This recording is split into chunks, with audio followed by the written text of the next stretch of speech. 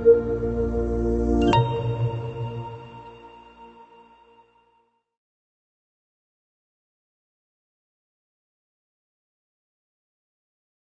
کتاب ہستی تو درمیاں سے ملی، نہ ابتدا کی خبر ہے نہ انتہا معلوم۔ نوجوانوں کے لیے میرا یہی پیغام ہے کہ خدا کے لیے اپنے انسان ہونے کو سمجھیں اور اپنی زندگی کا مقصد سمجھنے کی کوشش کریں، اور یہ مقصد سمجھنے کے لیے قرآن کریم سے بہتر اور کوئی چیز نہیں ہے۔ جب ہم نے قرآن کو چھوڑا تو ہم اپنی انسانیت سے نیچے آ گئے، مقام سے نیچے آ گئے۔ پھر اگر ہم قرآن کو تھام لیں گے تو ہم اپنے انسانیت کے مقصد کو بھی پورا کر سکیں گے، اپنے خیر امت ہونے کے مقصد کو بھی پورا کر سکیں گے۔ السلام علیکم۔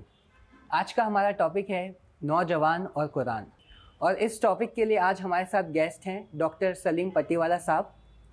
آپ ایم ڈی ریڈیولوجسٹ ہیں اور گورنمنٹ آف گجرات میں ڈیپیوٹی ڈائریکٹر ہیلتھ میں رہ چکے ہیں۔ آپ کا قرآن کے ساتھ کافی گہرا تعلق رہا ہے، قرآن پر غور و تدبر کرنا آپ کا انٹرسٹ رہا ہے۔ 15-20 سالوں سے آپ مسلسل درس قرآن اور مطالعہ قرآن چلا رہے ہیں۔ 2 بار مکمل درس قرآن کیا ہے آپ نے۔ آپ فی الوقت امیر حلقہ جماعت اسلامی ہند گجرات ہیں اور سرپرست حلقہ SIO گجرات بھی ہیں۔ ڈاکٹر صاحب، آپ کا بہت بہت شکریہ اس پوڈ کاسٹ کے لیے وقت نکالنے کے لیے۔ میرا سب سے پہلا سوال ہے کہ فنڈامنٹلی قرآن کیا ہے اور اس کی کیا خصوصیات ہیں؟ جی، بسم اللہ الرحمن الرحیم۔ الحمدللہ SIO کی جانب سے یہ ایک مہم چلائی جا رہی ہے قرآن کے ساتھ نوجوانوں کو جوڑنے کے لیے۔ ایک بہت خوشائن مومنٹ ہے، اللہ تعالیٰ اس میں برکت عطا فرمائے۔ آپ نے جو سوال کیا ہے قرآن کیا ہے، تو دراصل انسان ایک باشعور اور با ارادہ مخلوق ہے جو اللہ تعالیٰ نے پیدا کی ہے، اور انسان اپنی زندگی اس شعور اور ارادے کے تحت گزارنا چاہتا ہے۔ وہ کوئی عام مخلوق نہیں ہے کہ جو صرف اینیمل انسٹنکٹ اور جبلت کے سہارے چلا کرتی ہے، بلکہ چونکہ یہ ایک ارادے کے ساتھ پیدا کی گئی ہے، ایک شعور کے ساتھ پیدا کی گئی ہے، سوچنے اور سمجھنے والی مخلوق ہے۔ یہ سوچتی ہے، جاننا چاہتی ہے کہ یہ آخر یہ میری زندگی ہے کیا، کس طرح سے میں اس دنیا میں آیا ہوں، کیوں آیا ہوں، کس نے مجھے بھیجا ہے۔ یہ بڑے فطری سوالات ہیں جو ہر سوچنے سمجھنے والے انسان کے دماغ میں پیدا ہوتے ہیں، کیونکہ اس دنیا میں جب آیا ہے تو جیسے کسی نے کہا نا کہ ملی کتاب ہستی تو درمیاں سے ملی، نہ ابتدا کی خبر ہے نہ انتہا معلوم۔ تو نہ ہمیں یہ خبر ہے کہ کہاں سے ہم آئے ہیں اور کہاں جانا ہے۔ تو یہ سوالات جو فطری سوالات اس کے دماغ میں آتے ہیں، ان فطری سوالوں کا جواب دینے کے لیے قرآن اللہ تعالیٰ نے بھیجا ہے۔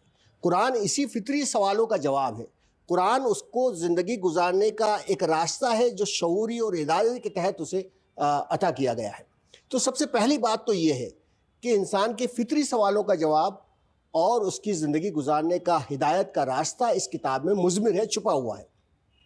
دوسری بات یہ ہے کہ اس کائنات میں ایک خالق ہے اللہ تعالیٰ، باقی مخلوق ہے، جو تمام اللہ کے علاوہ جو کچھ ہے اس کائنات میں سب مخلوق ہے۔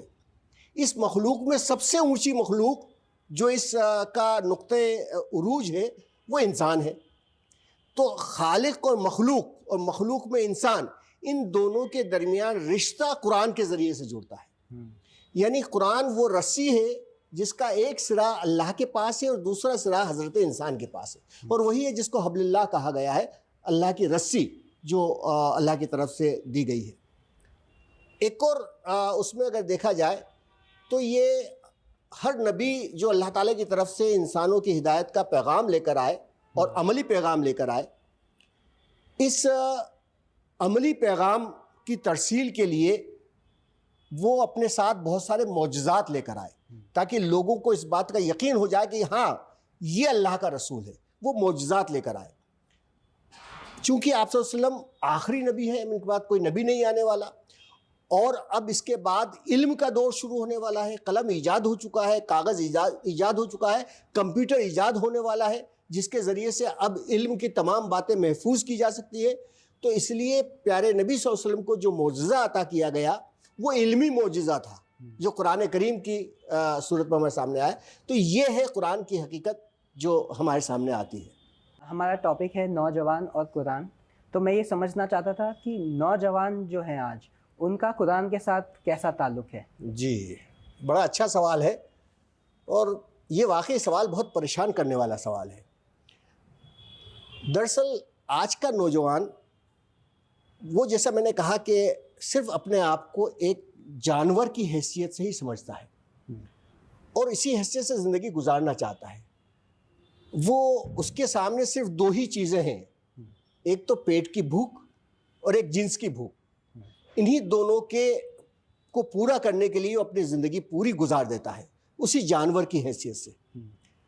اور چونکہ پیٹ کی بھوک پوری کرنے کے لیے، جنسی خواہش پوری کرنے کے لیے اسے کسی ایکسٹرا ہدایت کی، گائیڈنس کی ضرورت نہیں ہوتی، وہ اپنے جانور انسٹنکٹ کے سہارے چلا جاتا ہے۔ اس لیے اس کو قرآن سے کوئی دلچسپی نہیں ہوتی، کیونکہ قرآن تو اس کو انسان بنانے کا فارمولا دے رہا ہے، اور اسے انسان بننے کی طرف توجہ ہی نہیں ہے۔ وہ انسان بننے کی طرف سوچ ہی نہیں رہا کہ مجھے میں انسان بھی ہوں، اور نہ صرف انسان ہوں بلکہ میں خیر امت ہوں، امت مسلمہ کی شکل میں، آج کا مسلم نوجوان۔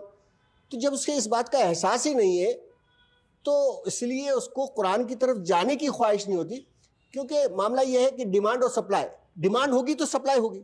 ڈیمانڈ ہی نہیں ہے، جب دل میں خواہش ہی نہیں ہے، ارادہ ہی نہیں ہے کہ میری انسانیت کیسی ہونی چاہیے، میں ایک انسان ہوں، مجھے کیسے زندگی گزارنا ہے، میں خیر امت ہوں، مجھے کیا مشن کے ساتھ بھیجا گیا ہے، اس بات کا چونکہ احساس ہی نہیں ہے تو اس لیے قرآن کی طرف جانے کی توجہ نہیں ہوتی۔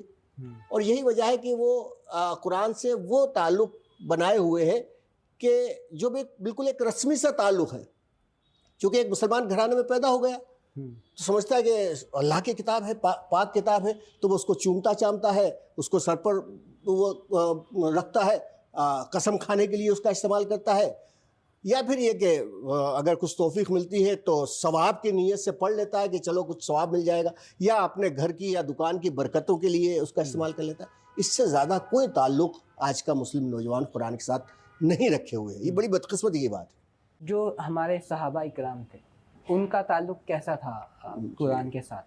جی آپ کچھ چند مثالیں بھی پیش کریے۔ یہ بات بڑی اہم ہے۔ دراصل آپ صلی اللہ علیہ وسلم کے زمانے کے جو اصحاب تھے وہ بہت فطری ماحول میں پرورش پائے ہوئے تھے، اور اس کی وجہ سے ان کے پاس دو ہی چیزیں تھیں جو قابل قدر تھی۔ ایک تو تھی پیارے نبی صلی اللہ علیہ وسلم سے محبت، اور دوسری قرآن کے معجزہ، قرآن کا جادو جو ان کے سر پہ چڑھ کے بول رہا تھا۔ اس لیے آپ دیکھیں کہ پوری صحابہ اکرام کی تاریخ میں دو ہی چیزوں کو بہت زیادہ مثالیں ملتی ہیں، آپ صلی اللہ علیہ وسلم سے محبت کی، بے پناہ محبت کی، عشق کی، اور قرآن کریم کے ساتھ تعلق کی۔ اور پھر یہ کہ قرآن کریم کا معاملہ تو یہ ہے کہ عرب کی ایک بڑی خصوصیت تھی کہ وہ اپنے آپ کو زباندان کہتے تھے۔ وہ کہتے تھے کہ بولنا تو ہمیں آتا ہے، باقی تو پورا عجم ہے، عجم یعنی گونگا، بولنا تو صرف ہمیں آتا ہے۔ تو اس کی وجہ سے جب قرآن نازل ہوا اور قرآن کے الفاظ اور اس کا انداز بیان سامنے آیا تو اس کے سامنے بالکل سرنڈر ہو گئے۔ تو ہم دیکھتے ہیں کہ صحابہ اکرام کی زندگی میں قرآن کا وہ مقام ہے کہ ہم اس کا تصور نہیں کر سکتے۔ یعنی ہم صحابہ اکرام کو دیکھتے ہیں کہ ایک ایک آیت پوری رات تلاوت کر رہے ہیں، رات نکل جاتی ہے، انہیں اپنا ہوش نہیں ہوتا کہ کیا ہے، ایک آیت کی تلاوت میں اپنا وقت گزار دیتے ہیں۔ اور پھر تلاوت کا انداز ان کا یہ ہے کہ خود آپ صلی اللہ علیہ وسلم جو ہے وہ حضرت ابو موسیٰ اشعری رضی اللہ تعالیٰ عنہ کا ذکر آتا ہے کہ وہ تلاوت کرتے تھے تو یہ بات آپ صلی اللہ علیہ وسلم نے کہی کہ لہن داؤدی کا ایک حصہ انہیں ملا تھا، یعنی فضا ساکت ہو جاتی تھی۔ آپ صلی اللہ علیہ وسلم ہی نہیں، بہت سارے لوگ چھپ چھپ کر آپ کی تلاوت سنتے تھے۔ پھر قرآن پر یقین کا معاملہ یہ تھا کہ آپ کو میں بتاؤں کہ حضرت ابوبکر صدیق رضی اللہ تعالیٰ عنہ جب سورہ روم کی آیات نازل ہوئی اور اس میں یہ بات کہی گئی کہ عنقریب روم غالب ہو جائیں گے، تو حالانکہ اس وقت کوئی دور تک کوئی امکان نہیں تھے، لیکن جب یہ قرآن کی آیت نازل ہوئی تو انہوں نے شرط لگا لی اپنے ایک دوست سے کئی اونٹوں کی کہ عنقریب چند سالوں میں جو ہے یہ وہ دراصل یقین تھا جو آپ قرآن کی آیتوں پر ان کا تھا۔ پھر قرآن پہ غور و فکر و تدبر کا عالم یہ تھا، آج ہم قرآن پہ غور و فکر یا تدبر کرتے بھی ہیں تو صرف کچھ علمی نکات حاصل کرنے کے لیے، اور اس زمانے میں جب آپ صلی اللہ علیہ وسلم اور ان کے صحابہ جب یہ قرآن پڑھتے تھے تو وہ اپنی عملی زندگی کے لیے رہنمائی حاصل کرنے کے لیے، اپنے آپ کو بنانے کے لیے، ہر آدمی اپنی تصویر ڈھونڈنا چاہتا تھا قرآن کریم میں۔ حضرت عمر رضی اللہ عنہ کے بارے میں آتا ہے کہ وہ کہتے ہیں کہ ہم نے سورہ بقرہ 8 سال میں پڑھی، چھوٹی سورہ ہے، یعنی بہت بڑی نہیں ہے، لیکن اس سورہ کو 8 سال میں پڑھنا کیا معنی ہے؟ اس کا مطلب یہ ہے کہ وہ ایک ایک آیت پر پڑھنے کے بعد اسے اپنی زندگی میں اس کا جائزہ لیا کرتے تھے کہ میری زندگی میں اس آیت کا کیا اثر نظر آتا ہے، کہاں کچھ کمی نظر آتی ہے، میں اس آیت کے آئینے میں کہاں کھڑا ہوں، اور اس طرح سے اپنے آپ کو جانچتے ہوئے، اپنے آپ کو اس مقام پر لاتے ہوئے، اپنے آپ کو قرآن کے اس فولڈ میں لاتے ہوئے وہ قرآن پڑھتے تھے۔ تو 8 سال میں انہوں نے کہا کہ ہم نے سورہ بقرہ پڑھی۔ تو آپ دیکھیں بہت سارے واقعات ہیں، ابھی اگر میں سنانے بیٹھوں تو بہت وقت نکل جائے گا کہ کیا ربط و تعلق تھا اور کیا محبت اور عشق تھا قرآن سے جو صحابہ کرام کے پاس تھا۔ تو یہ جو ابھی جو نوجوانوں میں، اور ہم نے دیکھا کہ صحابہ کا جو تعلق تھا، اب اگر کوئی نوجوان چاہتا ہے اپنا تعلق امپروو کرنے کے لیے، تو اس کو کیا کرنا چاہیے، کیا عمل میں لانا چاہیے؟ جی، سب سے پہلے تو جیسے میں نے کہا کہ اسے اپنے اندر وہ خواہش بیدار کرنی ہوگی، وہ خواہش کہ میں انسان ہوں، مجھے انسانوں کی زندگی جینا ہے، کیسے جیوں میں، کیسے سوالوں کا جواب حاصل کروں، کیسے میں اپنا زندگی کا مقصد پورا کروں۔ یہ خواہش جب اس کے اندر بہت زیادہ پیدا ہوگی تو پھر وہ لپکے گا اس سورس کی طرف جہاں سے اس کو یہ جواب ملیں گے، پھر وہ قرآن کی طرف آئے گا۔ ہونا تو یہ چاہیے کہ قرآن کی جو اصل حیثیت ہے اس حیثیت کو پہلے اچھی طرح سے سمجھ لے آدمی۔ قرآن کی سب سے بڑی حیثیت یہ ہے کہ قرآن اللہ کی کتاب ہے، تو سب سے پہلی چیز جو ہر نوجوان کو جس بات کی طرف توجہ دینی چاہیے وہ یہ کہ وہ واقعی قرآن پر مکمل ایمان رکھے کہ یہ اللہ کی کتاب ہے، اس کا ایک ایک لفظ اللہ کی طرف سے، اور پوری دنیا غلط ہو سکتی ہے، قرآن کا ایک لفظ غلط نہیں ہو سکتا۔ پوری دنیا کے سائنٹسٹ اگر کوئی بات کہہ رہے ہو تو وہ غلط ہو سکتی ہے، لیکن قرآن کی ایک آیت ایک بات غلط نہیں ہو سکتی۔ یہ سب سے پہلی چیز کہ اس بات کو تسلیم کرے کہ یہ اللہ کی کتاب ہے۔ نمبر 2، وہ یہ اس بات کو تسلیم کرے کہ مجھے زندگی میں کوئی ہدایت مل سکتی ہے، مجھے کوئی علم حاصل ہو سکتا ہے تو صرف قرآن کریم کے ذریعے سے۔ علم کا مستند سورس، واحد مستند سورس قرآن کریم ہے، اور کہیں سے کوئی علم مجھے حاصل نہیں ہو سکتا۔ تو یہ بات اسے اچھی طرح سے یاد رکھنا چاہیے۔ اور ایک بات یہ کہ اگر میری اپنی زندگی میں اور پوری قوم میں انقلاب آ سکتا ہے تو صرف اور صرف قرآن کریم کی مدد سے۔ یہ چیزیں اس کے ذہن میں جب واضح ہو جائے گی تو قرآن کریم کو پڑھنے کا شوق اس کے اندر پیدا ہوگا۔ اب اس کے بعد بہت ساری چیزیں آتی ہیں، اسے عربی سیکھنا چاہیے تاکہ اوریجنل عربی کے ساتھ وہ قرآن کو سمجھ سکے۔ لیکن اگر یہ ممکن نہ ہو، بہت سارے تراجم اویلیبل ہے، ترجمے اویلیبل ہے، ہندی میں ہے، انگلش میں ہے، گجراتی میں ہے، اردو میں ہے، تمام زبانوں میں ہے، ان کا سہارا لے۔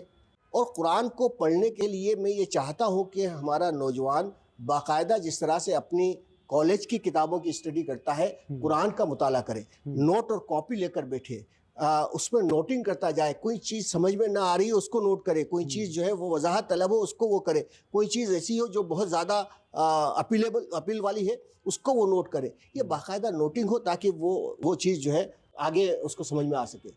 مختلف تفاسیر ہے اس کا مطالعہ کر سکتا ہے وہ، لیکن یہ ساری چیزیں بنیادی طور پر ہے۔ آخر میں اس کو ہونا چاہیے کہ وہ قرآن کو براہ راست سمجھنے کی کوشش کرے، اور پھر یہ کہ قرآن کی ایک ایک چیز جو سامنے آ رہی ہے اس کے ساتھ اپنے آپ کو ریلیٹ کرے۔ جہاں اللہ تعالیٰ کی تعریف کا ذکر آ رہا ہے اور اس کے ذہن میں یہ چیز آنی چاہیے کہ کیا میرا حال اس کے ساتھ جڑا ہوا ہے۔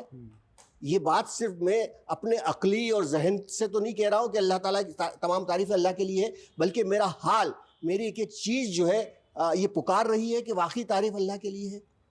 اللہ اگر کریم ہے، اللہ تعالیٰ رحیم ہے، اللہ تعالیٰ رحمانیت ہے، تو اس کی کریمی اور رحیمی کا کتنا تصور ہمارے اندر پایا جاتا ہے۔ اگر وہ شدید العقاب ہے، وہ سریع العقاب ہے، اگر بہت بدلہ لینے میں سخت ہے، تو ہمارے اندر وہ ڈر پیدا ہو رہا نہیں، خوف پیدا ہو رہا ہے کہ نہیں کہ ہم اس سے ڈر جائیں اور اپنے کاموں کا حساب لیں۔ یہ چیزیں ہیں، یہ طریقے ہیں جس کے ذریعے سے ہم قرآن سے خاطر خواہ فائدہ اٹھا سکتے ہیں۔ یہ تو ہم جانتے ہیں کہ قرآن جو ہے وہ پوری انسانیت کے لیے ہدایت ہے، تو خصوصی طور پر نوجوانوں کے لیے اس میں کوئی ہدایت پائی جاتی ہے؟ دراصل یہ نوجوانوں ہی کے لیے ہے۔ قرآن کا موضوع انسان ہے، اور انسان کی جو بہترین پیریڈ ہے اس کی زندگی کا وہ نوجوان ہے۔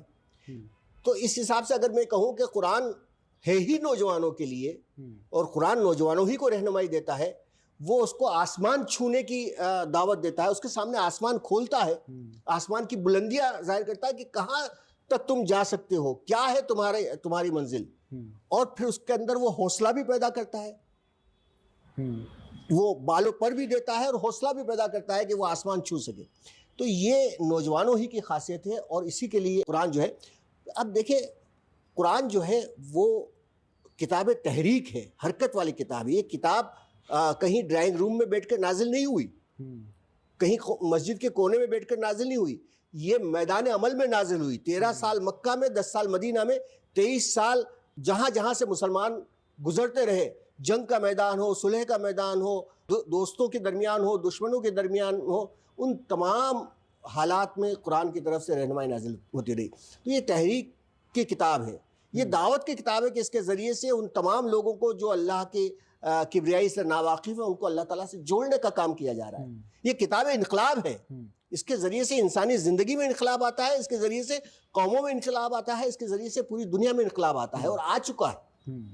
تو اس لحاظ سے نوجوانوں کے لیے اگر کہیں اس کو مڑنا ہے, کہیں جانا ہے, تو اسے صرف اور صرف قرآن کی طرف مڑنا چاہیے.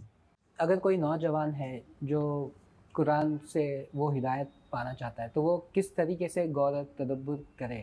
جی, میں نے ابھی اس سے پہلے ہی بھی بات کہی کہ کوشش تو یہ ہونی چاہیے کہ وہ عربی سیکھے, سب سے بنیادی چیز تو یہی ہے. لیکن عربی نہیں سیکھتا ہے تو جیسا میں نے کہا کہ تراجم کی مدد, ترجموں کی مدد سے, تفاسیر کی مدد سے وہ ان باتوں پر غور کرتا جائے, ان کو اپنی ڈائری میں اتارتا جائے.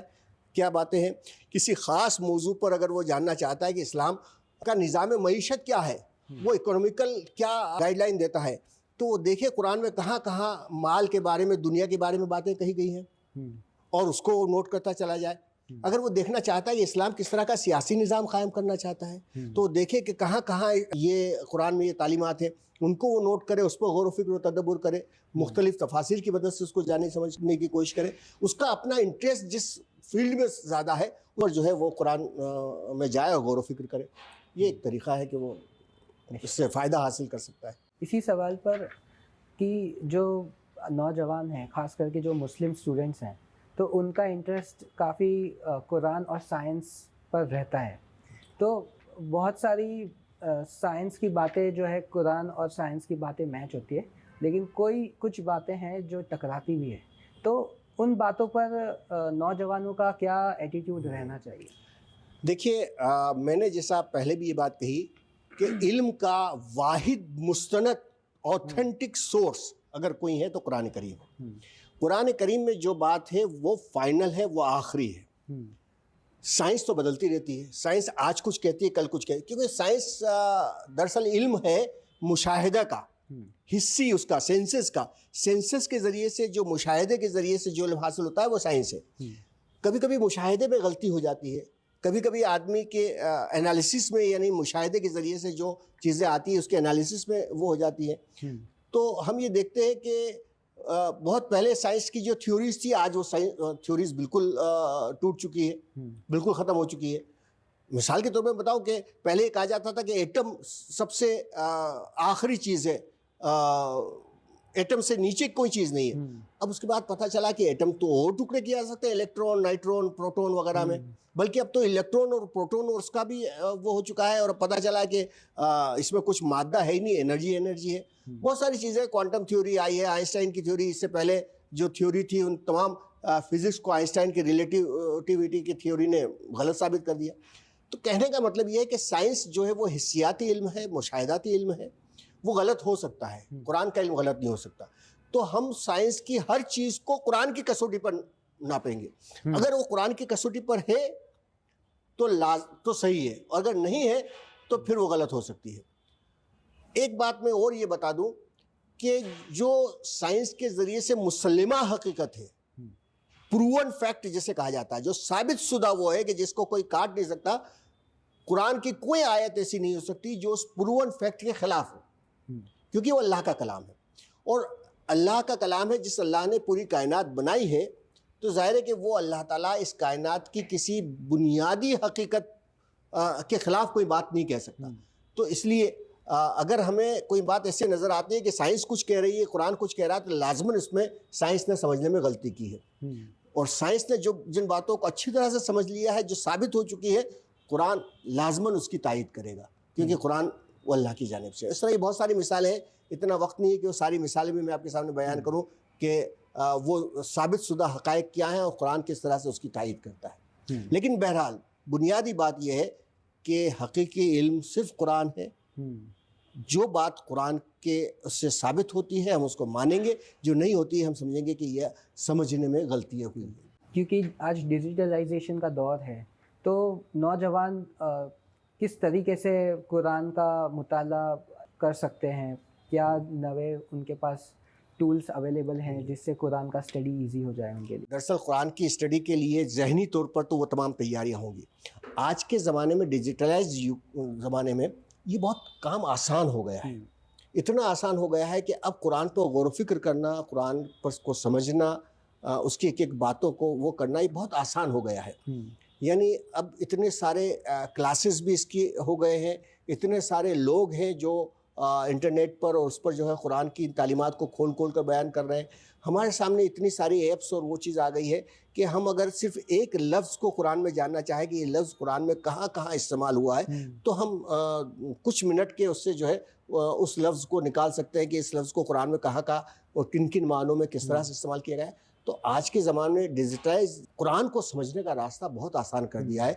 شرط یہ ہے کہ نوجوان اس کے لیے تیار ہوں.